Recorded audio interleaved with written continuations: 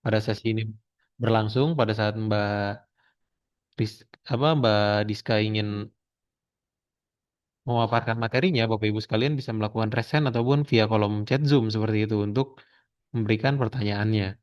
Dan Bapak Ibu sekalian diharapkan untuk mengisi daftar hadir karena daftar hadir tersebut sudah kami kirimkan pada kolom chat Zoom. Yang mana daftar hadir tersebut itu akan jadi acuan bagi kami untuk memberikan materi-materi yang sudah berlangsung selama 5 hari ini serta turut juga dengan link Zoom link YouTube yang mana itu bisa Bapak Ibu tonton kembali gitu ya untuk rekamannya. Baik, tanpa berlama-lama ya Bapak Ibu sekalian, dan Mbak Diska juga sudah hadir di tengah-tengah kita. Waktu dan tempat Mbak Diska dipersilakan untuk memaparkan materinya. Baik, terima kasih Mas Rehan. Selamat siang Bapak Ibu sekalian. Selamat bergabung kembali pada acara sesi workshop batch 9 pada siang hari ini ya. Yang dimana hari ini kita akan membahas terkait standar akuntansi entitas private atau SAKEP ya. Mungkin Bapak Ibu sekalian juga sudah sering mendengar terkait sebutan SAKEP tersebut. Nah, sebelumnya izinkan saya untuk memperkenalkan diri. Perkenalkan Bapak Ibu sekalian, saya Diska dari tim bisnis PT Sakti Kinerja Kolaborasi Indo yang pada siang hari ini berkesempatan untuk menjadi perwakilan dari tim bisnis dalam menjelaskan ringkasan materi dan juga bagaimana aplikasi Sakti ini sudah mendukung laporan keuangan SAKEP atau sistem akuntansi entitas private ya Bapak Ibu sekalian. Mungkin untuk mengefektifkan waktu, ini saya izin untuk share screen terkait materi hari ini. Kita akan awali dengan pengantar SAKEP sebelum kita masuk membahas bagaimana aplikasi Sakti ini sudah support atau mendukung ya untuk laporan SAKEP ini. Untuk layarnya ini sudah muncul di Bapak Ibu sekalian. Jadi, kita akan bahas dulu terkait apa sih itu SAKEP atau Sistem Akuntansi Standar Akuntansi Keuangan Entitas Private. Nah, SAKEP ini merupakan standar akuntansi yang bertujuan untuk menerbitkan laporan keuangan dengan tujuan yang umum, di mana SAKEP ini sudah mulai diberlakukan pada tanggal 1 Januari 2025 secara efektif. Kemudian SAKEP ini merupakan standar akuntansi yang sifatnya lebih sederhana dibandingkan dengan SAK umum, namun tetap lebih kompleks dibandingkan dengan SAK MKM. Selanjutnya, ini kita akan lihat terkait perbedaan antara SAK etap atau dan SAKEP. SAK etap mungkin sebelumnya Bapak Ibu sekalian sudah familiar ya dengan penerapan standar akuntansi SAK etap ini. Di mana jika dibandingkan dengan SAKEP, ini SAK etap memiliki 30 bab terkait pengaturan, sedangkan SAKEP ini memiliki 5 bab tambahan. Jadi untuk SAKEP ini terkait pengaturannya dimuat dalam bentuk 35 bab. Selain itu, neraca di SAK etap ini berubah menjadi laporan posisi keuangan di dalam SAKEP. Jadi mungkin Bapak Ibu sekalian sebelumnya mengenal neraca itu di SAK etap ya. Tetapi kalau misalnya sekarang di SAKEP ini sebutannya sudah menjadi laporan posisi keuangan. Kemudian juga di SAK etap ini tidak dibahas terkait laporan PHU dan penghasilan komprehensif. Sedangkan jika di SAKEP ini sudah dibahas terkait laporan PHU atau laba rugi dan juga laporan terkait penghasilan komprehensifnya ya Bapak Ibu sekalian. Kemudian juga di sini di SKP sudah diatur terkait laporan keuangan konsolidasi dan juga hibah pemerintah. Jadi misalnya Koperasi Bapak Ibu sekalian ini memiliki beberapa cabang atau memiliki beberapa tempat pelayanan ya. Kemudian laporan keuangannya ini ingin dikonsolidasikan ini sudah diatur di dalam SKP. Sedangkan sebelumnya di SK etap ini terkait laporan keuangan konsolidasi itu belum diterapkan. Nah, kemudian dari segi pinjaman, SHK Etap dan SHKEP ini memiliki perbedaan yang sangat signifikan ya, terutama dari segi jasa atau bunga. Di mana kalau di SHK Etap perhitungan bunganya ini diakui secara akrual, sedangkan untuk perhitungan bunga atau jasa di SHKEP ini dilakukan berdasarkan secara efektif ya Bapak Ibu sekalian. Nah, kemudian juga di sini ada pengaturan terkait penyisihan jasa ya dari pinjaman yang tak tertagih, di mana kalau di SK etap ini penyisihan dicatat ketika pinjaman tak tertagih sudah terjadi, namun di SK EP ini penyisihan pinjaman tak tertagih dalam perhitungannya ini dibuat berbasis resiko kredit dalam pinjaman. Kemudian juga di SAKEP ini sudah diatur terkait pengakuan aset dan liabilitas pajak tangguhan serta pengungkapan pihak berelasi. Sedangkan di SAK etap itu belum diatur terkait pengakuan aset dan juga pengungkapan pihak berelasi ya Bapak Ibu sekalian. Nah, selanjutnya kita bahas mungkin beberapa bab ya terkait SKEP karena kalau kita bahas seluruhnya ini ada 35 bab itu tidak mungkin cukup ya untuk waktunya. Jadi di sini terkait pengantar SKEP-nya ini ada 35 bab di mana bab pertama ini ada ketentuan terkait bagaimana entitas privat yang memuat di dalamnya itu kenapa SK etap berubah menjadi SKEP, kemudian SAKEP ini merupakan bentuk negasi agar SAK atau standar akuntansi ini terlihat lebih beda dengan SAK untuk entitas publicity listed. Sehingga bentuk negasi dari SAKEP ini sesuai dari entitas publik adalah entitas privat. Seperti itu Bapak Ibu sekalian. Kemudian juga di bab 2 ini membahas terkait konsep dan prinsip perpasifnya seperti apa.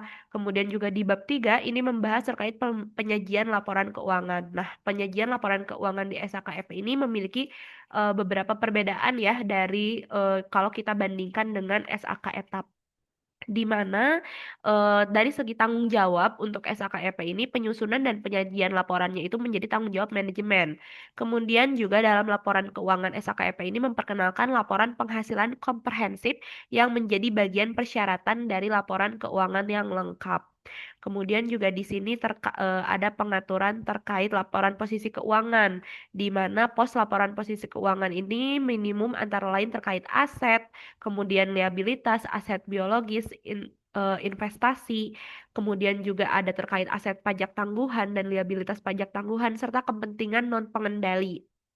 Kemudian juga di bab 4 ini dibahas terkait bagaimana informasi yang disajikan dalam laporan posisi keuangan itu diatur atau dicatat atas laporan keuangan, yaitu misalnya terkait utang usaha atau utang lain-lain ini disajikan secara terpisah sesuai dengan jumlah yang tertuang dan pada pemasok atau pada pihak istimewa dari utang tersebut sehingga nantinya pendapatannya akan ditangguhkan secara akrual.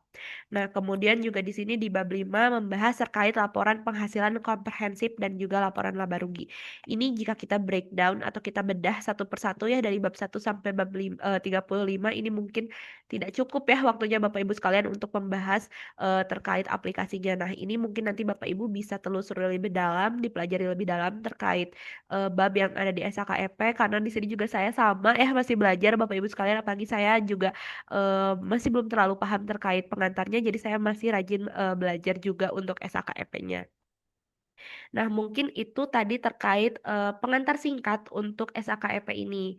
Nah, selanjutnya kita lanjutkan bagaimana aplikasi Sakti ini sudah mendukung pelaporan atau pencatatan standar akuntansi entitas privat ya, Bapak Ibu sekalian. Sebelumnya mohon ditunggu sebentar untuk share screen-nya.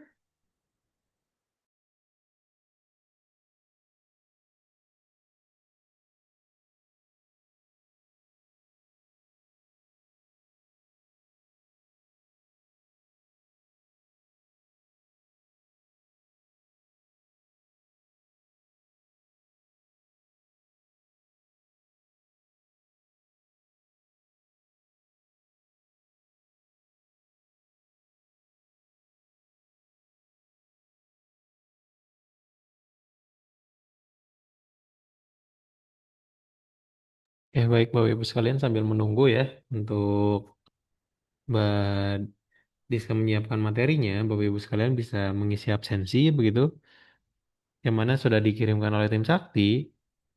Absensi ini akan menjadikan kami untuk acuan data Bapak Ibu sekalian yang mengikuti workshop untuk kami kirimkan si materi serta link YouTube ya untuk menonton kembali kegiatan-kegiatan workshop di batch 9 ini. Oke, mungkin sini sepertinya sudah tampil ya untuk Share screen-nya mungkin aku kembalikan lagi ke Mbak Diska nih. Oke, baik, saya izin lanjutkan ya Bapak Ibu sekalian. Jadi Bapak Ibu sekalian untuk akses terkait modul SKEP yang dimiliki oleh Sakti, Bapak Ibu bisa akses alamat https://pelatihan.icoop.id/admin ya. Ini kalau di scroll ke bawah itu ada modul SKEP. Nah, sekarang kita coba buka dulu untuk modul SKEP-nya. Jadi di sini ada beberapa menu ya Bapak Ibu sekalian. Yang pertama ini ada menu administrasi yang memuat terkait produk pinjaman, kemudian juga pengaturan administrasi pencairan, pengajuan pinjaman, pengaturan kategori tunggakan.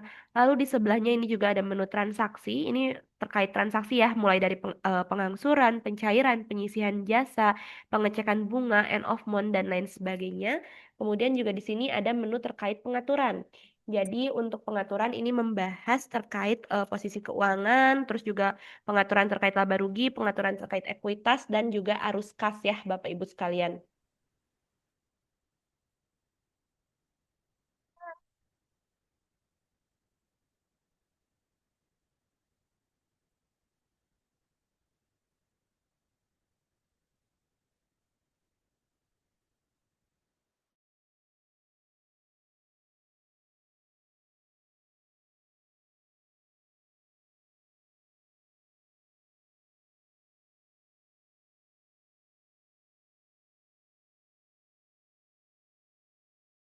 Baik, Bapak Ibu sekalian, saya izin untuk menonaktifkan kamera ya, karena di sini ada terkendala dari jaringan, takutnya nanti terputus ya, Bapak Ibu sekalian. Ini saya lanjutkan, tadi terkait ada pengaturan, ini membahas terkait pengaturan posisi laporan keuangannya nanti seperti apa, kemudian juga pengaturan laba rugi, pengaturan ekuitas, pengaturan arus kas, pengaturan CALK. Dan di sini juga ada terkait laporan-laporan, mulai dari jurnal sampai dengan laporan end of month. Lalu di sini juga ada CKPN sampai dengan ke LGD collateral shortfall. Ada laporan keuangan dan lain sebagainya. Mungkin kita akan bahas dulu dari segi produk pinjaman ya. Bapak Ibu sekalian ini bisa akses di menu administrasi, ada menu produk pinjaman. Nah, untuk produk pinjaman ini mungkin pada hari ketiga ya terkait unit usaha simpan pinjam. Ini sudah dibahas bagaimana aplikasi Sakti ini melakukan settingan produk pinjaman. Nah, di sini di modul SKP ini ada sedikit perbedaan untuk pengaturan produk pinjamannya, di mana di sini ada terkait persentase jasa ya Bapak Ibu sekalian. Di sini ada persentase pendapatan jasanya ini diatur sebagai 89%, sehingga nanti sisanya itu bisa diperhitungkan kembali. Kemudian juga di sini ada terkait perkiraan-perkiraan ya, di sini ada terkait perkiraan debit pendapatan provisi, kemudian juga perkiraan kredit pendapatan provisi dan juga terkait biaya administrasi ini sudah diaturkan. Mungkin kalau misalnya kita akses di menu pelatihan yang bagian produk pinjaman ini, nah ini persentase jasanya 89%. Jadi kalau misalnya kita melakukan perubahan pada settingan produk yang di sini, misalnya kita ganti menjadi 90%, itu sudah akan terupdate pada modul SAKEP-nya ya, Bapak Ibu sekalian. Sudah berubah menjadi 90%. Jadi untuk aplikasi Sakti ini, modul SAKEP-nya ini ada di halaman dengan slash admin. Namun untuk core sistemnya ini tetap menggunakan aplikasi core system Sakti Online yang ini ya, Bapak Ibu sekalian, yang hashtag slashnya ini adalah apps. Nah, kemudian jadi untuk setting produk itu dilakukannya di aplikasi core systemnya. Nanti ketika misalnya kita akan melakukan pencairan dan lain sebagainya itu baru dilakukan pada sisi modul SKEP. Kemudian juga di sini ada dimuat terkait pengaturan administrasi pencairan pinjaman. Nah, untuk pengaturan administrasi pencairan pinjaman ini di modul SKEP ditetapkan menjadi dua ya Bapak Ibu sekalian. Ada pengaturan administrasi yang ditagihkan langsung. Lalu juga ada pengaturan administrasi pencairan pinjaman yang diamortisasi. Jadi ini tetap dikembalikan kepada Bapak Ibu sekalian dan ini untuk pengaturannya bisa dibuat dengan persentase tetap atau persentase fleksibel, di mana perbedaan antara persentase tetap dan persentase fleksibel ini ketika nanti Bapak Ibu melakukan pengajuan pinjaman untuk jasanya itu atau untuk terkait pengaturan administrasi dan provisinya ini masih bisa dirubah. Kalau misalnya Bapak Ibu memilih persentasenya itu fleksibel. Namun, apabila Bapak Ibu sekalian ini memilihnya tetap, ketika Bapak Ibu melakukan pengajuan pinjaman, untuk persentase dari provisinya ini sudah tetap 2%, tidak bisa dirubah-rubah kembali. Nah, kalau misalnya mau dirubah-rubah, ini Bapak Ibu harus pilihnya yang fleksibel. Nah, kemudian juga di sini ada terkait pengaturan kategori tunggakan ya, Bapak Ibu sekalian. Jadi untuk kategori tunggakan di SKEP ini juga ada perbedaannya. Jadi catatannya itu bukan rentang 30 hari melainkan rentang 15 hari. Jadi kurang dari 15 itu masuknya ke lancar, 15 sampai 29 masih lancar, lalu 30 sampai 60 ini baru masuk ke kurang lancar. Jadi mungkin kalau misalnya sebelumnya Bapak Ibu sekalian ini menetapkannya eh, terkait kategori tunggakannya itu per 30 hari ya baru masuk ke lancar. Ini eh, bisa diatur kembali. Ini kalau di SHKP ini sudah mulai ada kurang dari 15 hari masih kelancar. Kemudian 15 sampai 29 hari juga masih termasuknya kelancar.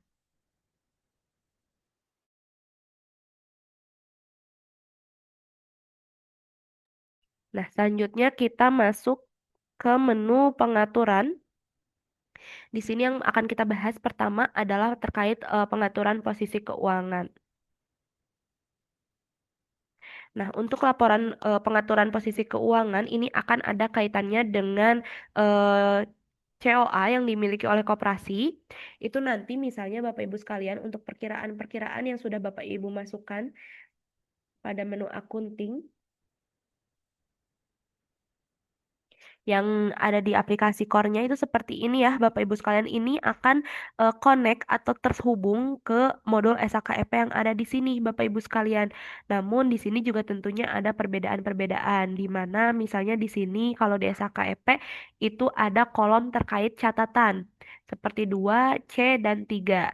Ini nantinya akan ada kaitannya dengan catatan atas laporan keuangan ya, Bapak Ibu sekalian. Jadi misalnya di sini coba kita lihat dulu.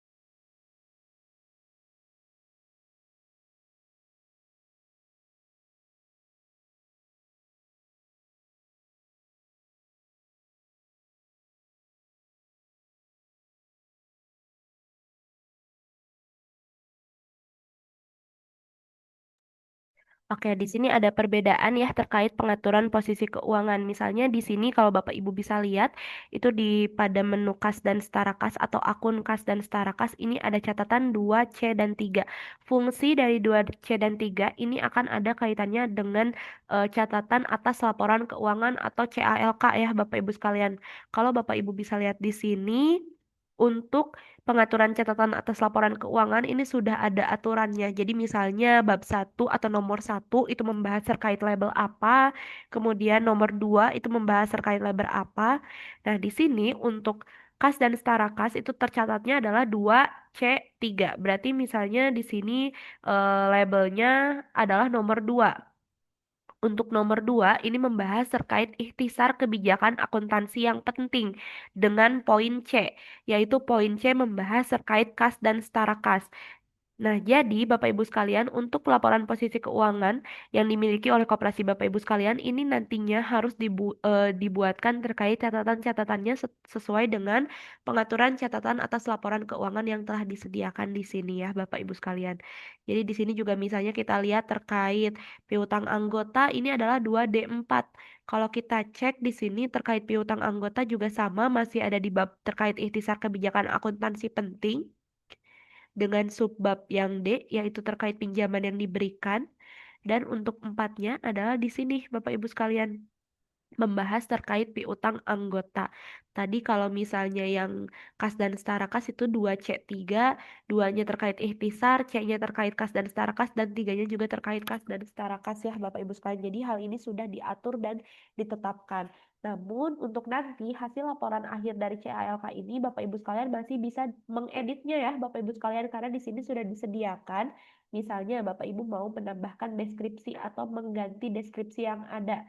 Misalnya di sini kita bisa ganti untuk nama koperasinya ini bisa dilengkapi, kemudian juga alamatnya, nomor badan hukum, tanggal, dan lain sebagainya. Kemudian misalnya Bapak Ibu sekalian ini pada laporan CALK-nya ingin menambah cewa perkiraan atau memanggil akun-akun yang lain, Bapak Ibu bisa klik tambah cewa perkiraan, nanti bisa dipanggil ya untuk data-data cewa perkiraan yang sudah dimasukkan ke core system yang di sini.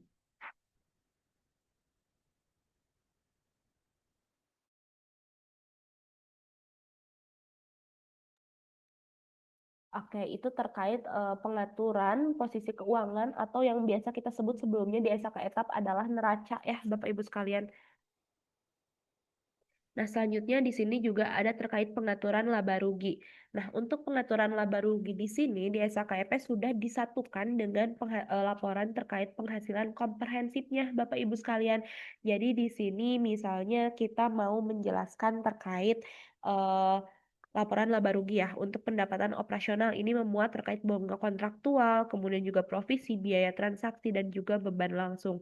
Nah, kemudian beban langsung dan juga pendapatan operasional ini setelah ada perkiraannya atau nominalnya ini bisa dilakukan pemanggilan data untuk perhitungan SHU kotor di mana untuk perhitungan SHU kotornya ini dapat dilakukan dengan cara melakukan pengurangan antara pendapatan operasional dengan beban langsung. Jadi untuk memanggil data SHU kotor ini adalah melakukan perhitungan terkait pendapatan operasional dikurangi dengan beban langsung.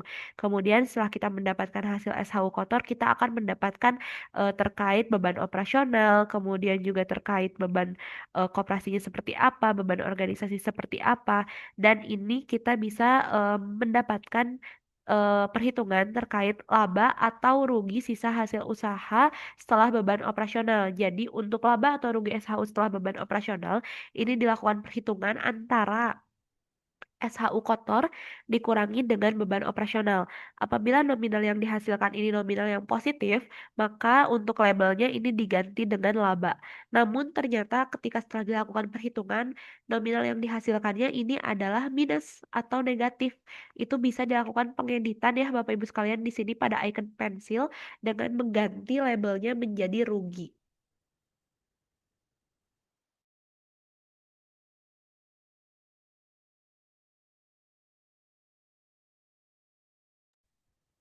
Nah, kemudian setelah kita mendapatkan laba atau rugi dari SHU setelah beban operasional, ini kita juga akan mendapatkan pendapatan beban non operasionalnya ya, Bapak Ibu sekalian. Jadi nantinya kita juga bisa melakukan perhitungan terkait SHU sebelum pajaknya dengan menjumlahkan atau menambahkan laba atau rugi SHU setelah beban operasional ditambahkan dengan pendapatan beban non operasional yang nantinya akan memanggil data-data terkait beban pajak penghasilan. Nah, ini untuk laporan laba rugi komprehensifnya ya. Jadi nanti hasil akhirnya terkait laba komprehensif tahun berjalannya ini merupakan hasil penjumlahan antara SHU setelah pajak ditambahkan atau dijumlahkan dengan penghasilan komprehensif lainnya yang kita dapatkan sebelumnya ya untuk penghasilan komprehensifnya di sini.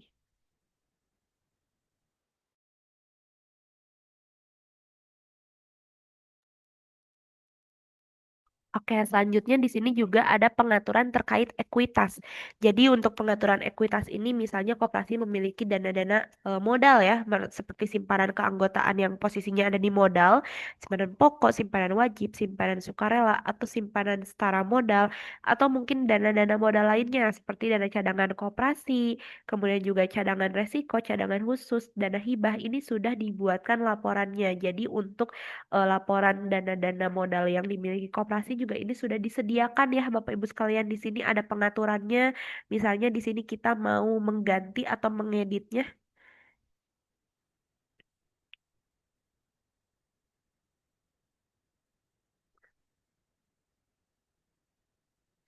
Nah, di sini untuk menambahkan setting list perkiraan apabila misalnya pada laporan ekuitas itu mau ditambahkan terkait dana-dana modal yang dimiliki oleh koperasi.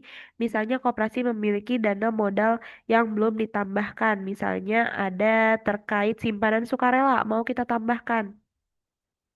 Ini bisa diceklis dulu,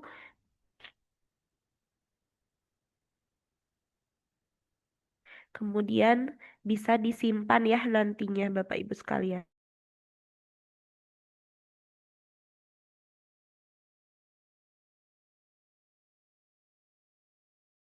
Jadi di sini nantinya akan menambahkan dana yang sudah ditambahkan sebelumnya terkait misalnya simpanan sukarela atau dana modal yang dimiliki oleh koperasi. Nah, kemudian juga di sini ada terkait pengaturan arus kas. Jadi untuk pengaturan arus kas ini mungkin tadi untuk sistemnya hampir mirip dengan pengaturan terkait laba rugi ya Bapak Ibu sekalian.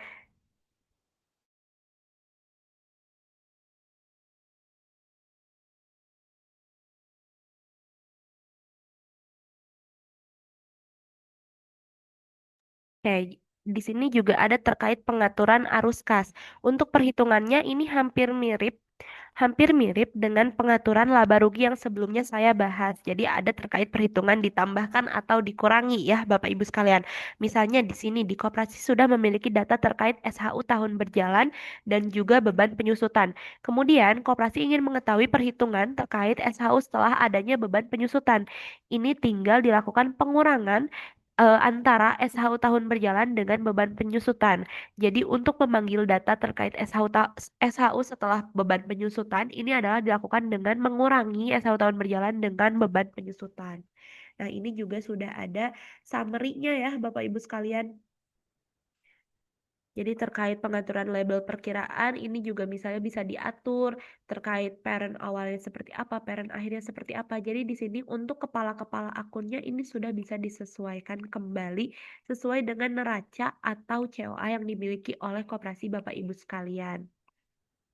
Nah, kemudian terakhir di sini ada terkait pengaturan CALK atau catatan atas laporan keuangan. Ini mungkin tadi sudah saya bahas sekilas ya terkait bagaimana pengaturan CALK ini terjadi. Jadi di sini pihak sakti sudah menyediakan untuk template-nya Bapak Ibu sekalian. Jadi di sini terkait uraiannya sudah disediakan bagaimana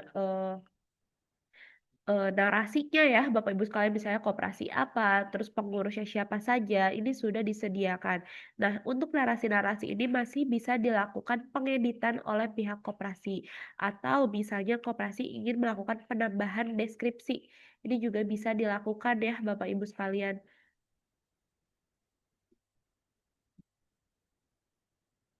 Nah, untuk penambahan deskripsinya bisa dilakukan di sini. Jadi misalnya kita mau pilih labelnya itu untuk apa, urutan keberapa, dan deskripsinya apa. Ini juga bisa dijadikan sebagai kepala akun atau parent. Seperti itu Bapak Ibu sekalian untuk pengaturan catatan atas laporan keuangan yang dimiliki oleh modul SKEP dari Sakti ya Bapak Ibu sekalian.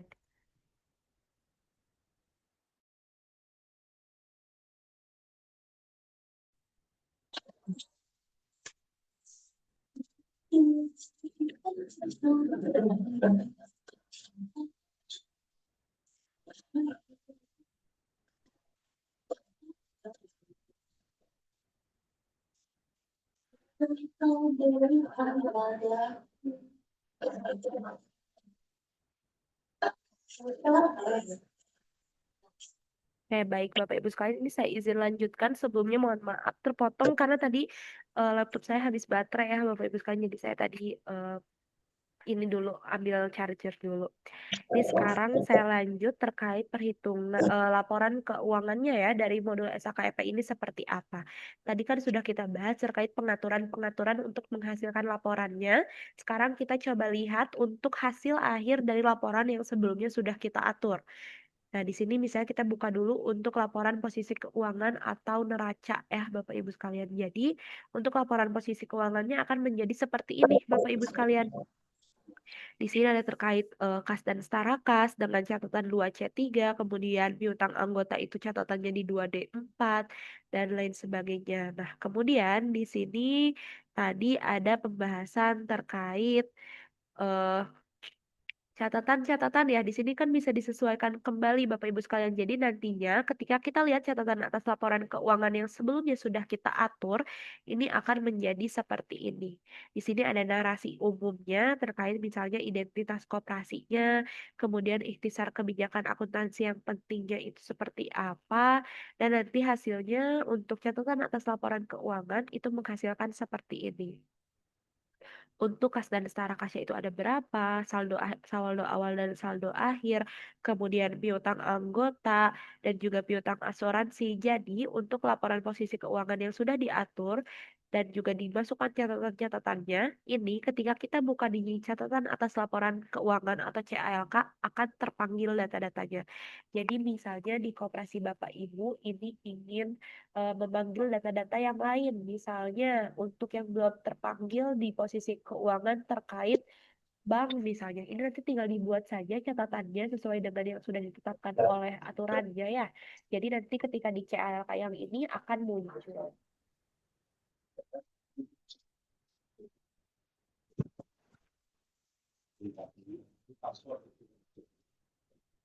Ini yang tidak di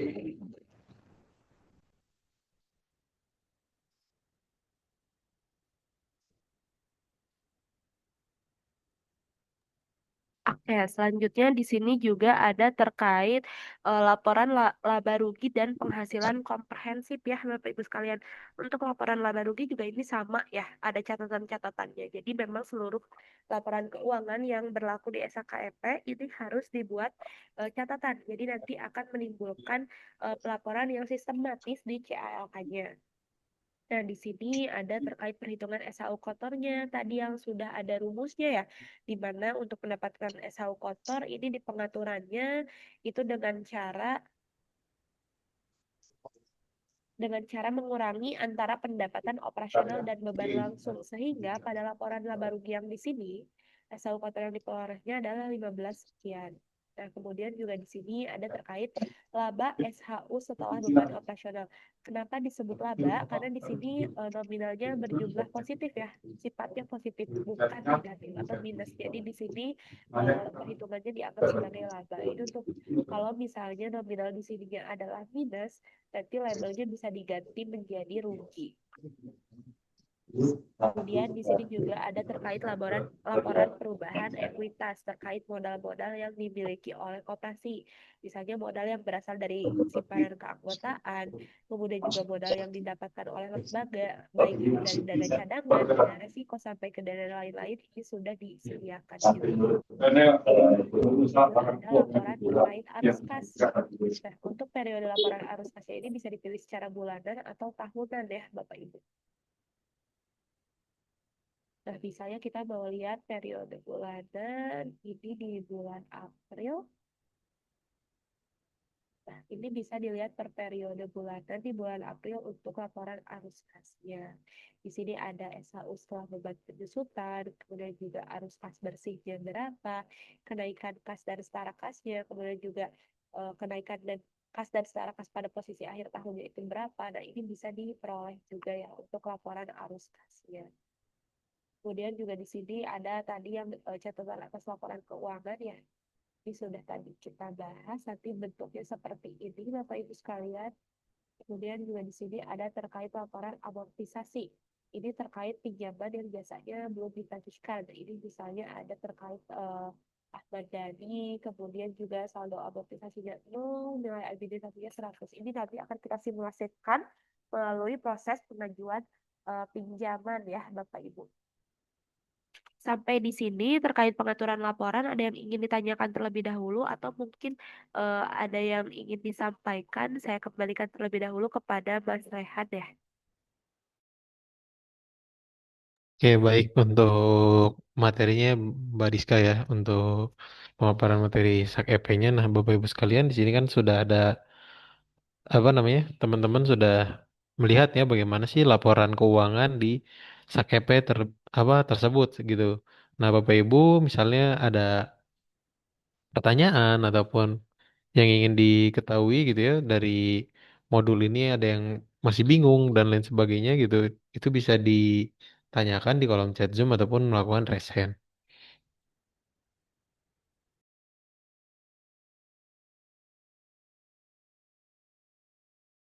Nah, dari skema laporan tersebut gitu ya, jadi di sana tuh Bapak Ibu sekalian ya, jadi si laporan tersebut tuh nanti akan ada 5 laporan, yang mana laporan tersebut gitu ya terbagi menjadi, di situ ada laporan posisi keuangan yang mana di koperasi biasanya di standar yang lama atau etap gitu ya, itu kita biasa sebut neraca. Dan lalu kalau di SAK-EP itu kan laporan posisi keuangan. Yang mana bedanya kalau neraca kan biasanya terperinci dari setiap akunnya. Nah, ini dia bentuknya rekap gitu ya. Dan nanti rekap tersebut akan dijabarkan di CLK atau catatan atas laporan keuangan. Seperti itu. Begitupun yang rugi laba. Nah, akan tetapi di SAK-EP dia ditambahkan komprehensif lain, yang mana di situ kan untuk komprehensif lain dia kayak seperti ada perubahan nilai mata uang gitu, yang mana di sana kan kalau ada perubahan nilai mata uang biasanya kemungkinan ada mendapatkan keuntungan ataupun kemungkinan juga mendapatkan kerugian. Nah, disitulah termasuk dari indikator si komprehensif lain kok. Makanya ini kan biasanya digunakan di perbankan ya, yang mana kadang-kadang ada beberapa skema pinjamannya kan mungkin pakai Singapura dolar atau mungkin USD gitu ya. Yang mana kan kalau misalnya diiniin ke rupiah, kemungkinannya kan ada perubahan nilai mata uang tuh yang akhirnya dulunya mungkin diberikan pinjamannya berapa ratus juta kan akan meningkat nih gitu. Bahkan sampai ke pokoknya juga yang meningkat seperti itu. Nah, itu jadi pendapatan komprehensif lain di sana. Dan 3 laporan tambahannya itu adalah arus kas, habis itu laporan posisi keuangan serta catatan atas laporan keuangan. Seperti itu. Nah, bagaimana Mbak Diska untuk melanjutkan skema pengajuan pinjaman berarti ya di sini sampai ke pencairan end of month dan ngerollbacknya, apakah ada yang apakah bisa dilanjut?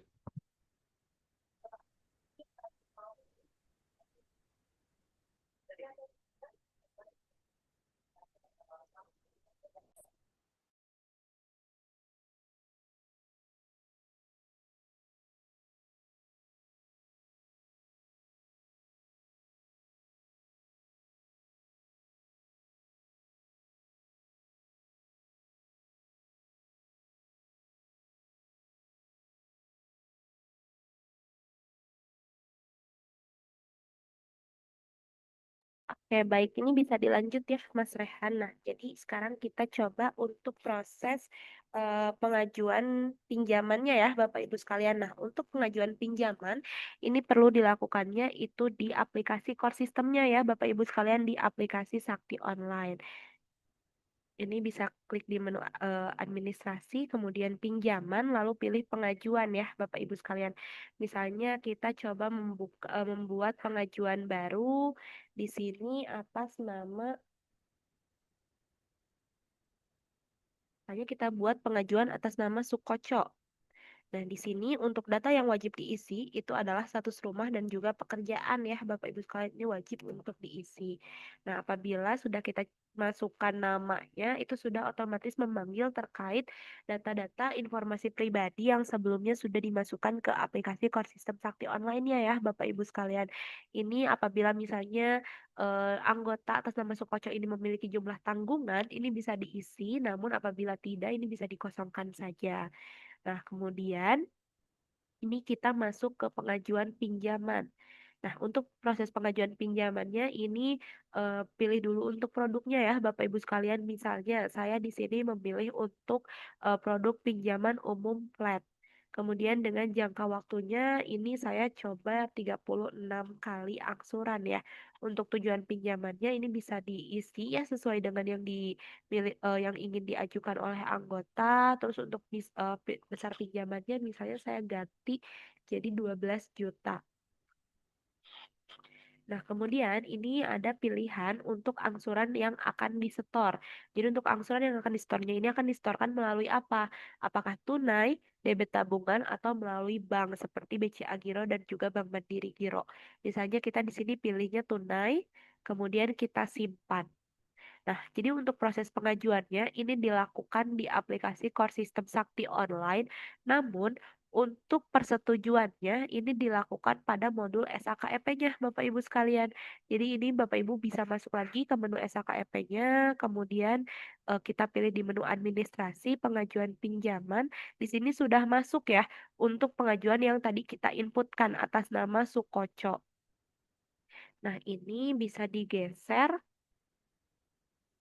Ini kita bisa klik untuk pengajuan persetujuan pinjamannya di sini atau Bapak Ibu misalnya mau lihat tampilan detail dari pengajuan yang sudah diajukan oleh anggota atas nama Sukoco. Ini kita bisa lihat untuk detailsnya juga dan juga ini bisa dicetak ya untuk slip pengajuannya.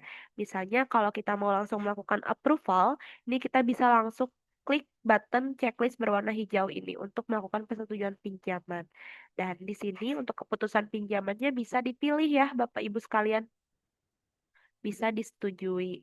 Nah, kemudian di sini untuk administrasi, ini untuk pengaturan administrasi pada jenis pinjaman umum flat terkait administrasi dan provisinya ini persentasenya dinyatakan dengan persentase fleksibel. Artinya untuk persentase fleksibel ini ketika kita melakukan persetujuan itu untuk provisi dan administrasinya masih bisa dirubah-rubah Bapak Ibu sekalian sesuai dengan yang akan diberikan oleh koperasi. Nah, ini misalnya di persetujuan ini untuk administrasi dan provisinya kan belum ditetapkan ya. Misalnya kita masukkan untuk administrasinya sebesar 20.000. Nah, ini akan kita simpan. Ini sudah disetujui lalu kita simpan. Untuk nomor SPP SPK apabila di koperasi Bapak Ibu sekalian belum ada, ini bisa dibuatkan otomatis oleh sistem. Tinggal diklik OK kemudian disimpan kembali. Nah, di sini statusnya sudah berubah menjadi disetujui untuk status pengajuan atas nama Sukoco. Dan kalau kita cek di aplikasi core systemnya juga ini sudah disetujui ya untuk pengajuan atas nama Sukoco ini. Nah, kemudian setelah dilakukan persetujuan, ini kita perlu membukakan rekening terlebih dahulu untuk anggota yang melakukan pengajuan pinjaman tersebut. Untuk buka rekeningnya ini dilakukan di menu core systemnya ya, Bapak Ibu sekalian. Bapak Ibu sekalian bisa pilih di menu transaksi, kemudian pilih menu rekening, lalu buka rekening. Ini tinggal dicari atas namanya.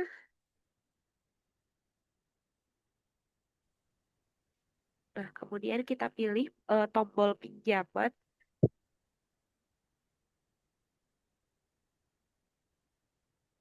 1 tahun.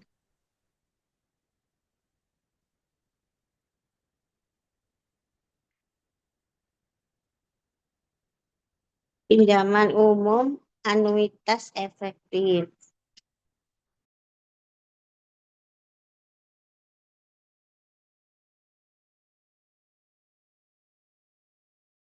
Oke, baik Bapak Ibu sekalian. Jadi untuk modul SKEP ini Untuk eh, apabila koperasi atau kasirnya sudah melakukan persetujuan pinjaman, itu tidak perlu dibukakan rekening kembali ya, Bapak Ibu sekalian. Jadi ini sudah otomatis terbuka. Tinggal kita cairkan saja untuk pinjaman yang sudah diajukan.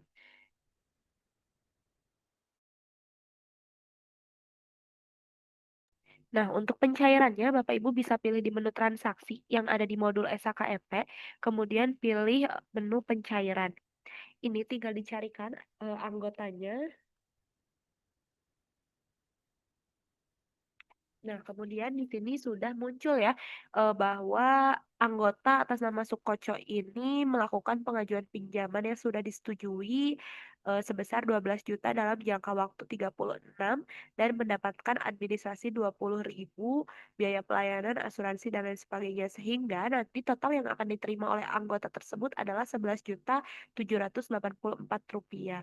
Nah, di sini untuk transaksi ke-nya ini bisa dipilih Bapak Ibu. Jadi nanti pencairan ini akan ditransaksikan kemana, apakah dari Casteller atau melalui bank, ini bisa disesuaikan. Kemudian juga ini bisa dilakukan cetak slip dan cetak validasi ya untuk pencairan pinjamannya. Untuk detailsnya juga nanti akan muncul. Kemudian juga ini bisa dilakukan cetak buku dan cetak cover buku. Apabila dicairkan, kita langsung klik tombol cairkan. Nah, untuk pinjamannya ini sudah dicairkan ya, total transaksinya 12 juta. Nah, selanjutnya misalnya di sini kita akan melakukan angsuran. Nah, untuk angsurannya ini bisa diklik di menu transaksi, angsuran, kemudian dicarikan lagi anggotanya.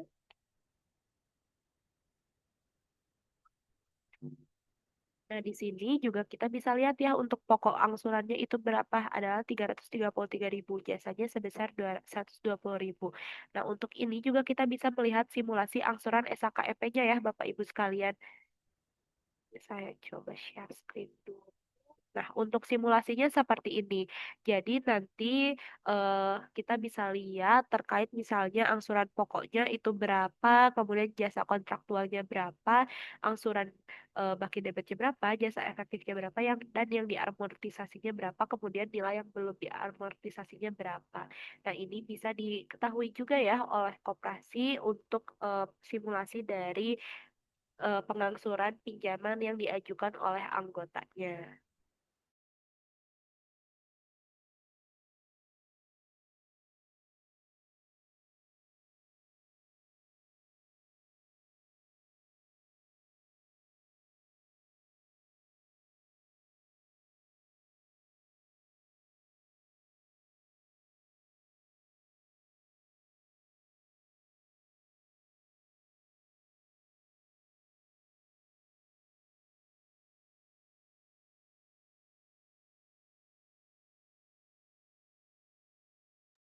Oke, sekarang kita coba melakukan pengecekan bunga akrualnya ya. Namun sebelum kita melakukan pengecekan bunga akrual, ini kita perlu melakukan proses end of month terlebih dahulu.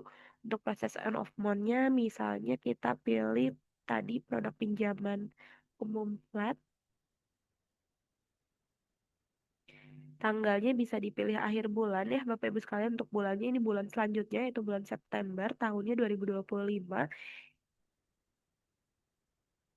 Nah, ternyata untuk end of month di bulan September ini sudah diproses Bapak Ibu sekalian. Jadi kita bisa melakukan pengecekan bunga akrualnya ya Bapak Ibu sekalian. Nah, untuk pengecekan bunga akrualnya ini bisa dicek melalui menu transaksi pengecekan bunga akrual. Ini kita bisa pilih produknya pinjaman umum flat, kemudian bisa ditampilkan.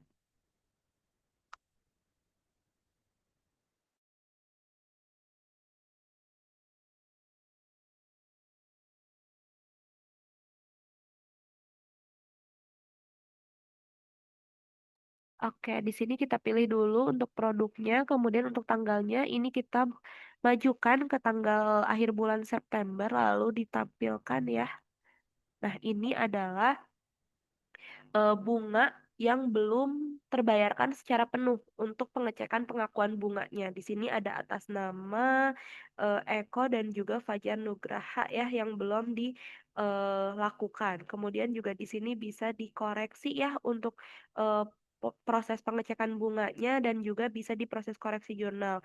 Kemudian untuk laporan pengecekan bunga ini juga bisa diekspor ke spreadsheet Bapak Ibu sekalian.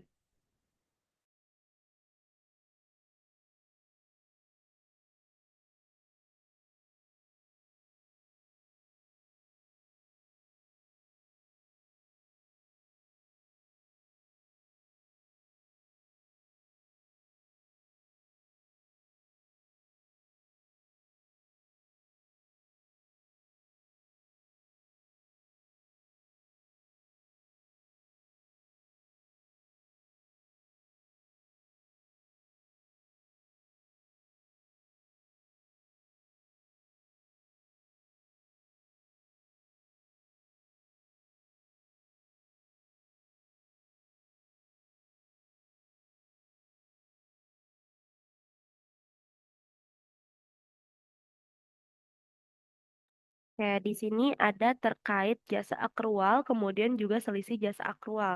Nah, untuk selisih jasa akrual ini adalah jasa yang belum diakru atau belum dibayarkan.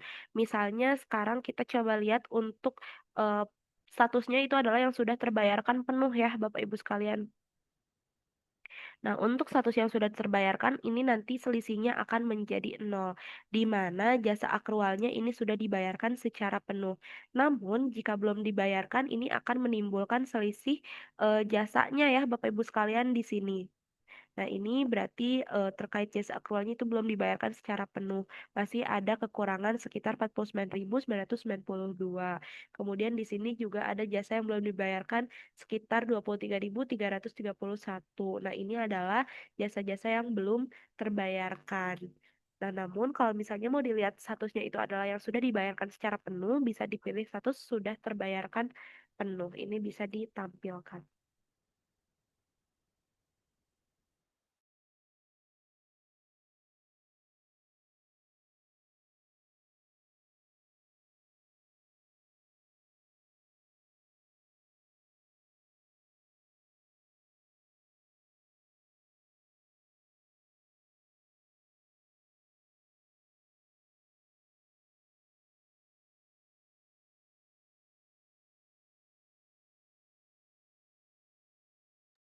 Nah, setelah kita lakukan pengecekan bunga akrualnya, ini kita bisa melakukan proses koreksi jurnal atau rollback. Jadi misalnya ada bunga yang belum terbayarkan, ini kita bisa lakukan koreksi jurnal agar bisa mengakru atau membayarkan jasa dari eh, pengajuan tersebut ya. Misalnya kita klik untuk proses koreksi jurnal akrualnya. Ini pilihnya statusnya yang belum terbayarkan ya, Bapak Ibu sekalian.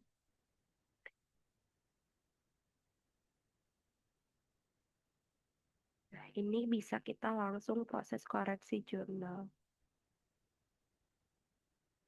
Nah, jadi ketika kita lihat di laporan jurnal, ini sudah ada terkait pencairan pinjamannya atas nama Sukoco, kemudian juga proses-proses yang tadi itu sudah dilakukan pembayaran secara penuh.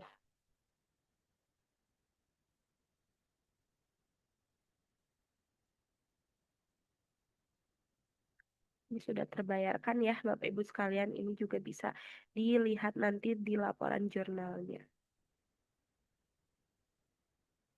Nah, sampai di sini mungkin dari Bapak Ibu ada yang ingin ditanyakan atau disampaikan bisa melalui kolom chat Zoom atau open mic ya Bapak Ibu sekalian.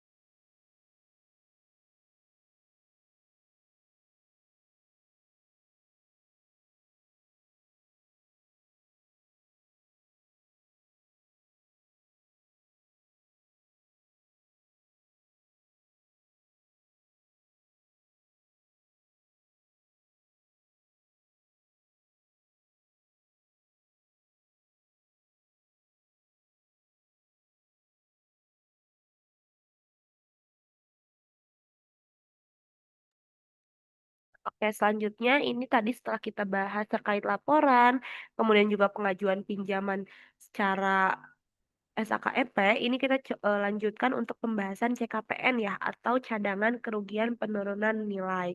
Nah, di sini untuk CKPN-nya ada dua, Bapak Ibu sekalian, ada CKPN kolektif dan juga CKPN individu. Ini perbedaannya apa antara CKPN kolektif dan juga CKPN individu? Jadi, untuk perhitungan CKPN individu ini ada diperuntukkan apabila terdapat jumlah pinjaman yang nominalnya itu besar. Misalnya nominalnya itu 100 juta. Nah, maka untuk perhitungan CKPN-nya itu harus dilakukan secara individu untuk jumlah pinjaman yang besar tersebut. Tidak bisa digabungkan dengan pinjaman-pinjaman yang lain yang nominalnya itu masih sedikit atau kecil ya, Bapak Ibu sekalian. Jadi untuk CKPN ini perbedaan antara eh, kolektif dan juga individu itu dilihat dari nominal pinjaman yang diajukannya. Nah, selanjutnya misalnya kita di sini coba perhitungan CKPN kolektif ya. Ini kita tambah baru, kemudian kita pilih tahunnya di 2025, lalu kita hitung CKPN-nya di sini nanti akan menghasilkan terkait LGD expected recovery-nya berapa, LGD collateral shortfall-nya berapa, kemudian PD net low-nya itu berapa. Ini bisa dilihat ya. Kemudian juga di sini ada CKPN-nya. Ini ada LGD kombinasi antara shortfall dan expected recoveries. Di mana untuk expected recoveries ini eh, pihak koperasi masih memberikan semacam toleransi untuk pinjaman tersebut dibayarkan atau bunga tersebut dibayarkan. Nah, ini misalnya ada data LGD expected recoveries ya untuk rekening A1. Ini bisa kita lihat saldonya berapa. Kemudian ini juga ada icon operasionalnya apakah bisa dihapus atau tidak. Nah, kemudian untuk check up LGD collateral shortfall ini berkaitan dengan agunan. Jadi misalnya untuk pinjaman tersebut ada agunan atau jaminan yang diagunkan. Nah, ini bisa dilakukan perhitungannya di sini. Agunannya itu apa, nilai agunannya berapa, tahun eksekusinya itu berapa, dan nilai eksekusinya berapa.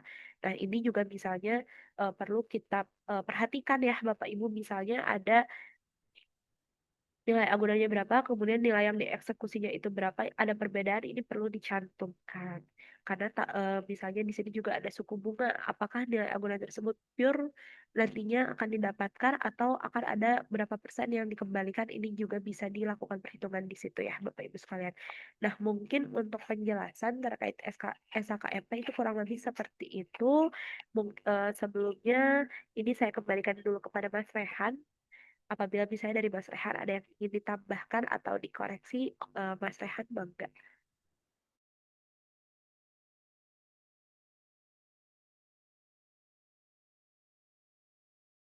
Ya oke, mungkin untuk penyampaiannya terima kasih ya Mbak Diska nih ya untuk pemaparan si apa namanya modul atau fitur SAKP yang mana ini akan kami kenalkan tadi ya ke teman-teman koperasi, yang mana mungkin dari teman-teman koperasi Zibar ya Pak Nanang ini apa namanya menanyakan perihal CKPN ini gitu ya, yang mana gimana sih penerapan perhitungannya gitu ya si CKPN ini, khususnya yang bagian CKPN kolektif atau keseluruhan dari pinjaman ataupun piutang gitu ya, yang mana kan udah ada acuannya ya, persentasenya yang akan nanti disisihkan untuk kredit bermasalahnya gitu ya, yang mana dicadangkan 5% ya, ragu-ragu 50% dan macet 100%. Nah itu endingnya kan jadi kayak seperti indikator aja sih jadinya Pak ya, tapi kalau endingnya apa namanya pencadangannya nggak real, yang macet tuh endingnya 100%, yang macet itu dicadangkan enggak gitu, yang macet endingnya pas lagi ditutup misalnya dia dihitung dulu nih di bagian LGD tadi ya, yang LGD itu kan ada kebagi dua, ada collateral shortfall sama apa namanya expected recovery gitu ya, yang mana pinjaman tersebut kalau misalnya ternyata macet tapi endingnya di tahun selanjutnya atau mungkin berapa bulan kemudian setelah macet dia ada bayar gitu ya, ada recover di sana, ada perbaikan, atau mungkin pas rekening tersebut atau pinjaman tersebut ditutup, dia kan punya simpanan, dia ditutup sama simpanannya. Otomatis kan mereka saling menutup gitu ya di sananya mungkin. Nah, sisanya itu yang jadi masalahnya, yang jadi shortfallnya di sana untuk si kredit macet begitu. Dan acuan dari si CKPN ini pun dia kan akan menghitung skema net flow dari rentang 4 tahun ke belakang gitu ya. Yang mana di sana kan melihat nih si keadaan piutang selama 4 tahun ke belakang sebagai indikator untuk dicadangkan di tahun 2025-nya. Berarti kan dari rentang 2021 sampai 2024 kayak gitu. Baru endingnya akan mencadangkan, dan biasanya pencadangan itu akan besar karena ada mungkin pinjaman-pinjaman yang diproses CKPN-nya secara individu atau tidak kolektif.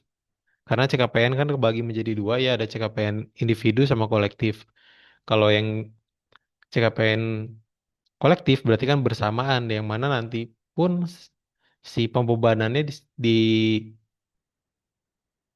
skemakan secara kolektif, yang kemungkinan nilainya bisa bisa saja endingnya menjadi nol mungkin karena ya skema kolektif jadi tidak ada pencadangan. Tapi kalau bagian yang apa namanya si CKPN-nya individu, biasanya yang CKPN individu itu pinjaman-pinjaman yang nilainya di atas 100 juta gitu ya.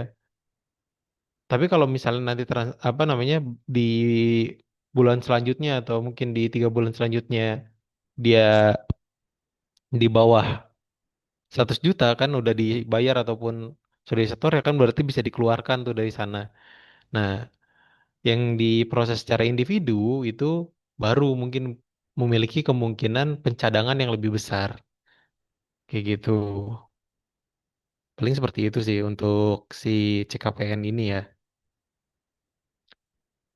Karena dari kami pun apa namanya masih selalu komunikasi ya dari ke teman-teman KAP gitu ya, bagian audit eksternalnya gitu, bagaimana si sistem ini berjalan gitu ya. Dan tadi pun ya kami pun masih komunikasi nih sampai hari ini sama tim KAP gitu. Bagaimana caranya ini sudah sesuai sama regulasi gitu ya. Seperti itu. Paling gitu sih Pak Nanang ya untuk ininya. Karena ya kami pun apa namanya dibantu sama pihak pihak-pihak terkait dari audit eksternal gitu untuk membuat sistem ini gitu.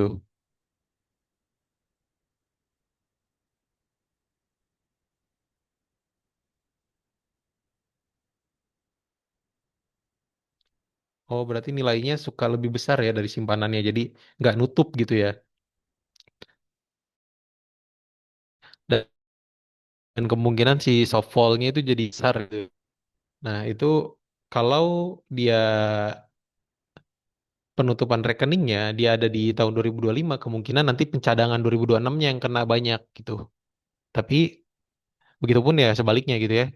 Kalau pencadangan tersebut dilakukan di 2000 apa di si input LGD-nya itu di 2024, pencadangannya kemungkinan akan kena di 2025. Karena kan dia akan ngambil data 4 tahun ke belakang nih sebagai acuannya. Gitu sih, sebagai indikatornya.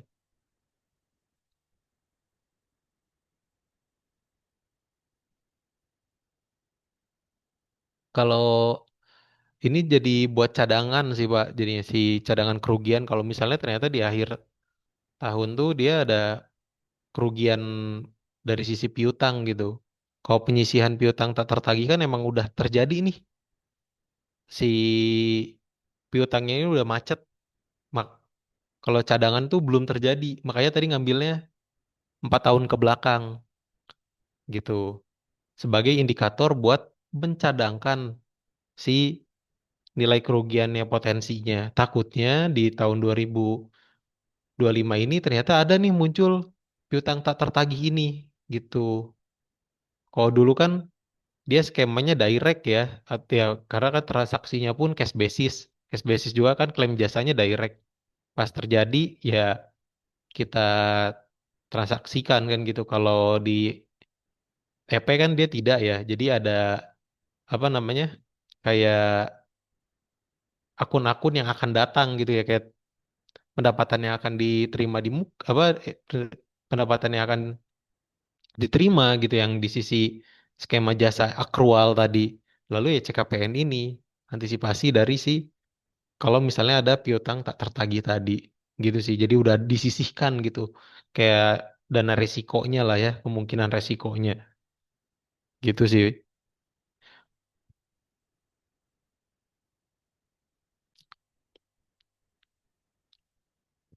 Tapi mungkin bisa di cross check kembali gitu ya. Karena itu apa namanya dari kami lebih ke apa namanya? Mungkin hasil diskusi sama teman-teman dari tim audit gitu. Gimana sih Sakep ini gitu. Yang mana nanti kalau misalnya diaudit kan masih masuk di sana. Khususnya kan teman-teman koperasi kan sekarang udah mulai banyak yang diaudit nih ya. Diauditnya langsung sama pihak audit eksternal. Seperti itu.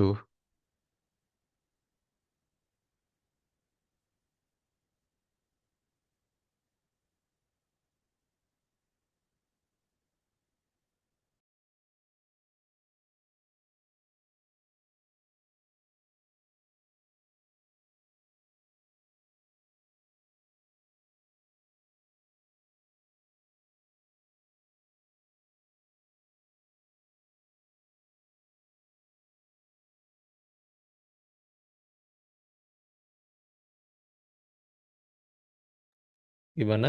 Ada yang ingin didiskusikan lagi mungkin nanti apa namanya dari saya sama Mbak Diska gitu ya yang di kegiatan ini mungkin di diskusi ini bisa jadi sharing ini juga sih ya dari teman-teman dan dari tim Sakti di diskusi ini pun kan akan kami catat juga gitu ya. Oh ternyata di sisi koperasi itu ada hal-hal seperti ini gitu. Yang mana apakah si fitur standar ini yang kita sudah standarisasi ke SAC app yang mungkin dari teman-teman KAP itu berikan informasi ke kami gitu ya, bisa diterapkan di koperasi atau tidak dan kalau perihal itunya regulasi dan lain sebagainya kan itu keputusannya bukan di tech provider tapi di dinas kayak gitu. Kami hanya ya menyediakan nih si fiturnya. Bagaimana sih fitur standar SAC app ini bisa membantu koperasi untuk menerapkan standar tersebut gitu sih. Kalau ternyata ada apa namanya perubahan indikator gitu ya, mungkin di sisi koperasi ada perubahan gitu ya karena untuk menekan tidak disamakan sama perbankan kan.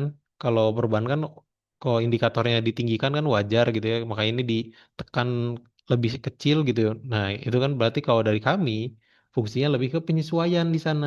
Oh, ternyata udah ada regulasi baru nih, mungkin dari Ikatan Akuntan Indonesia bersama Dinas Koperasi ada pembahasan perihal hal tersebut gitu. Indikator-indikatornya ada perubahan di sana. Apa namanya? Ada penyesuaian nih khusus untuk koperasi, tidak sama persis dengan perbankan. Kalau misalnya ada regulasi seperti itu ya kami lebih ke melakukan penyesuaian gitu. Dari mana Bapak Ibu sekalian? Ada yang ingin ditanyakan kembali? Kalau dari kami seperti itu ya untuk pembahasan indikator-indikator CKPN atau skema regulasi pencadangan kerugian penurunan nilai ini gitu. Tapi sebisa mungkin ya kami sesuaikan ya sama ini ya sama regulasi yang ada di SAK tersebut. Nah itu ya Pak ya, Pak Danang ya, karena indikatornya mungkin berbeda ya antara koperasi dan apa perbankan gitu. Nah mungkin itu bisa diinfokan ke teman-teman dinas terkait di wilayah, apalagi Pak Danang berarti kan di wilayah Jawa Barat ya, dan setahu saya Zibar nih dekat nih dari Diskup Jabar gitu. Mungkin bisa coba diskusi ke bagian pemberdayaannya atau bagian pengawasannya untuk regulasi tersebut gitu Pak. mungkin kan akhirnya dari provinsi kan ke nasional tuh ke dinas apa ke kementerian kayak gitu.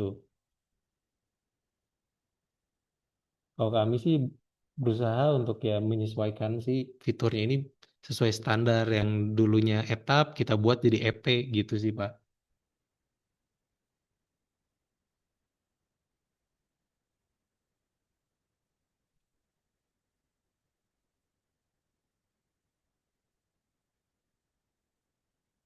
Bagaimana? Ada yang ingin didiskusikan kembali?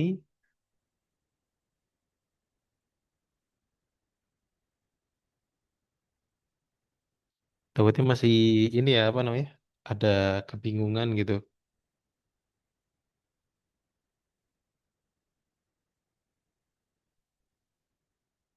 Oke. Kalau misalnya cukup nih teman-teman sekalian, mungkin kita akan masuk ke agenda selanjutnya nih untuk pembahasan selanjutnya.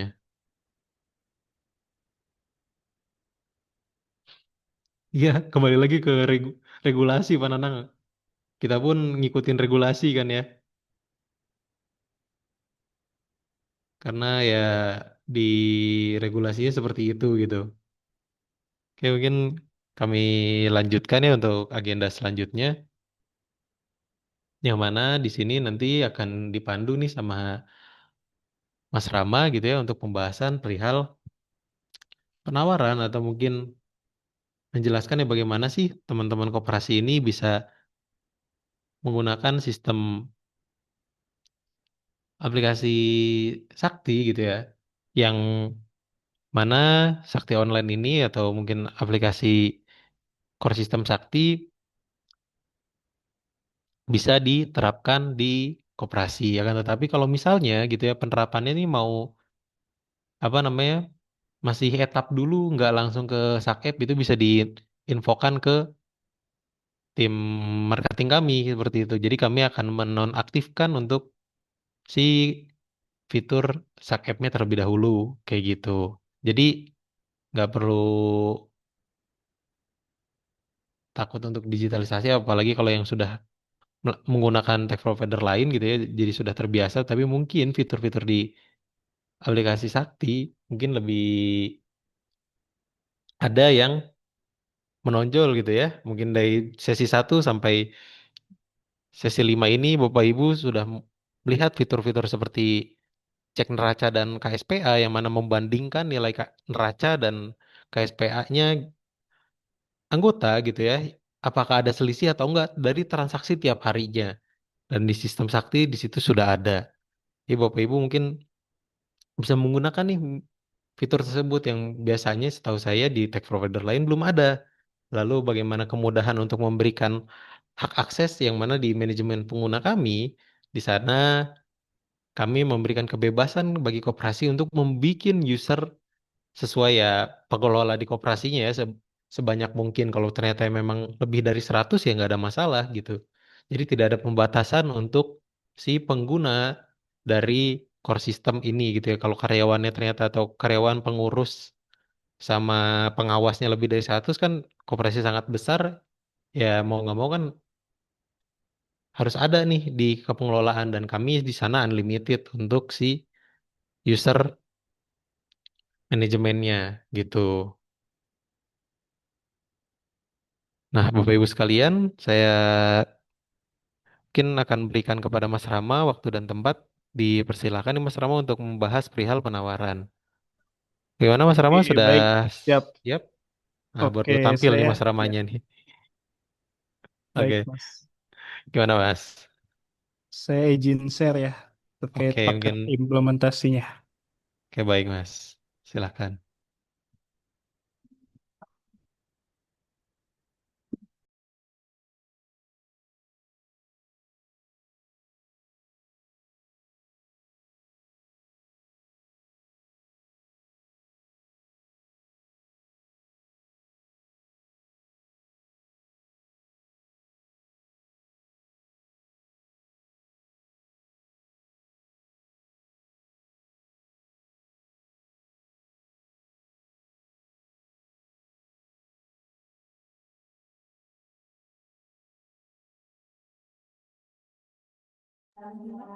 Sudah muncul Mas Rehan?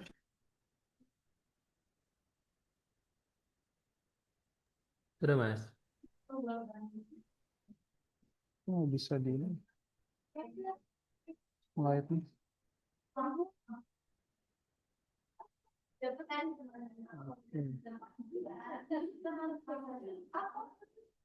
Ya, udah ya. Udah muncul ya, Mas ya. Oke, baik.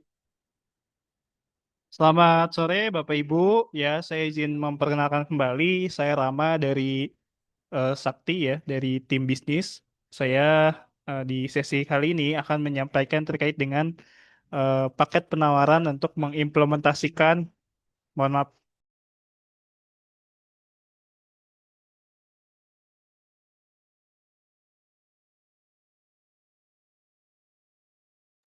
Oke, baik. Saya izin lanjutkan ya terkait paket ini. Eh, Bapak Ibu sekalian sudah mengikuti kegiatan workshop ya dari hari Senin sampai Jumat ini dengan 5 materi di tiap harinya, dan mungkin di sini Bapak Ibu sudah mulai bertanya-tanya bagaimana mengimplementasikan Sakti di koperasinya masing-masing. Eh, Berapa biaya investasinya, berapa biaya layanannya, seperti itu mungkin ya. Nah, di sini paket implementasi platform Sakti sebagai solusi digital untuk koperasi yang lebih mudah dan aman. Ya, dimulai dengan paket rintisan ya atau starter package. Disclaimer terlebih dahulu ya bahwa paket-paket yang kami bawakan di sesi workshop ini memang eksklusif hanya untuk peserta workshop ya, tidak untuk umum ya. Jika misalkan Bapak Ibu punya rekanan koperasi-koperasi yang lain tapi dia bukan peserta workshop, maka paket penawarannya bisa saja berbeda. Jadi ini memang dihususkan untuk Bapak Ibu yang sudah menjadi peserta workshop ya. Untuk mengimplementasikan Sakti Link ini sendiri di koperasi, dimulai dengan paket rintisan 3 juta ya, yang mana kriterianya adalah koperasi-koperasi baru dengan kriteria anggotanya di bawah 250 anggota dengan akumulasi aset di bawah 1 miliar. Apa saja benefit yang bisa didapatkan? Yaitu yang pertama, pelatihan user selama 2 hari secara online dan bisa dilakukan secara berulang sesuai dengan kebutuhan. Kemudian setup platform Sakti, sertifikat workshop, buku panduan, support online selama 1 tahun melalui WhatsApp dan Zoom, landing page web Group ID selama 1 tahun. Nah, untuk biayanya sendiri, untuk implementasi adalah 3 juta. Ini sekali bayar di awal. Kemudian untuk biaya bulanannya adalah sebesar 200.000 untuk koperasi yang di bawah 100 anggota dan 350.000 untuk koperasi dengan rentang anggota di 100 sampai 250 anggota. Sakti Link ini kapasitasnya maksimal di 250 anggota dan sudah juga include paket elektronik Know Your Customer ya untuk memverifikasi anggota baru yang mendaftar via mobile ya, Sakti Link Mobile sebanyak 20 kali di tiap bulannya. Oke, jadi untuk paket 3 juta ini untuk koperasi-koperasi yang masih baru ya, yang eh, masih di tahun yang sama dan juga anggotanya juga masih sedikit ya, masih merintis. Kemudian untuk paket berikutnya yaitu paket tumbuh ya. Untuk kriteria anggota di bawah 500, rentangnya di 250 sampai 500 anggota dengan aset di bawah 1 M. Nah, perbedaannya dengan paket rintisan itu terletak di migrasi data.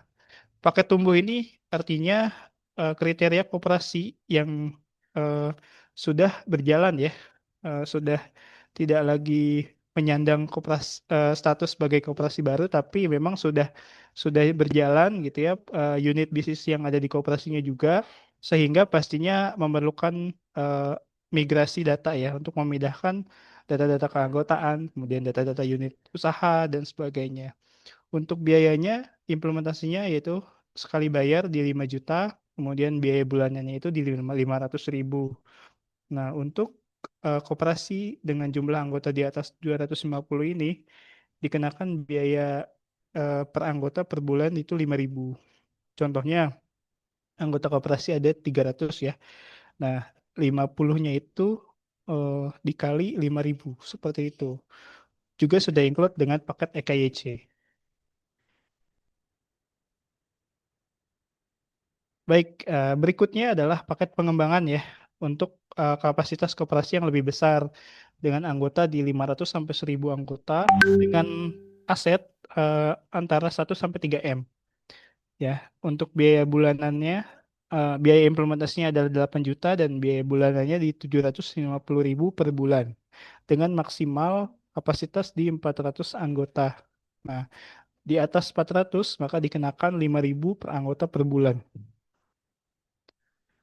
Nah, kemudian paket berikutnya adalah bisnis pack ya.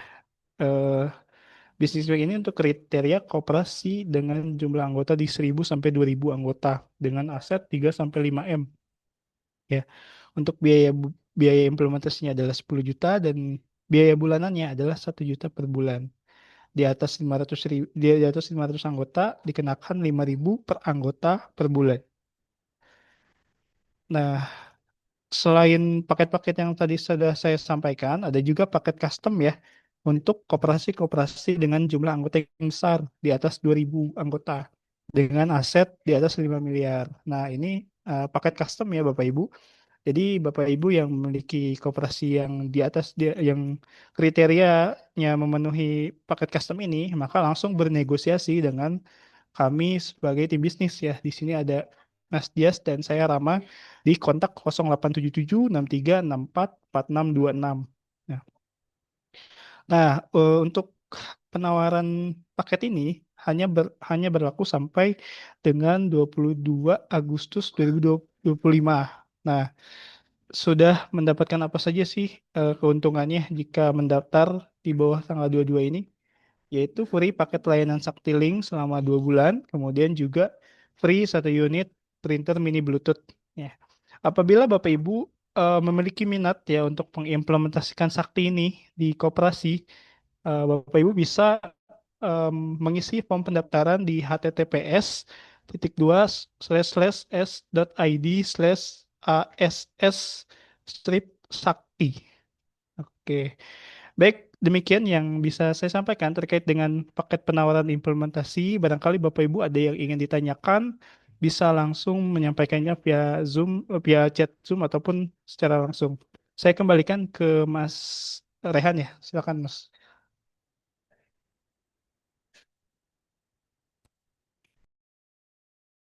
Oke, baik.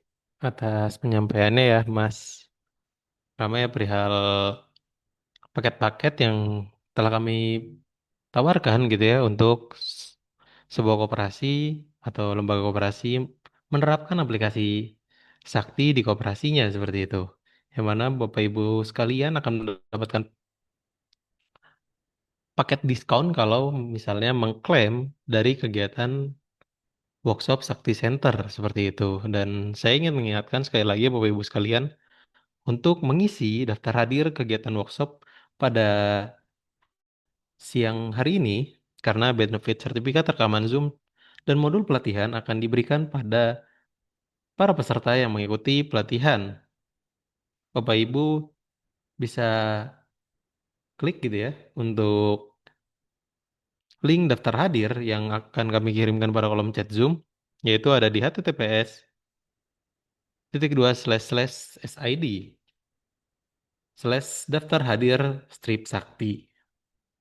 Nah, baik Bapak Ibu sekalian sebelum acara ini ditutup ya,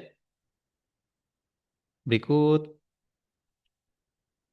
beberapa pengumuman ya untuk sertifikat ini akan kami berikan di minggu depan, kemungkinan di hari Selasa atau Rabu pada pada minggu yang akan datang seperti itu. Jadi Bapak Ibu yang ingin mendapatkan atau ingin mengklaim sertifikatnya apabila pada 2 hari tersebut belum mendapatkan bisa mengkonfirmasi ke tim SKK atau tim Sakti seperti itu.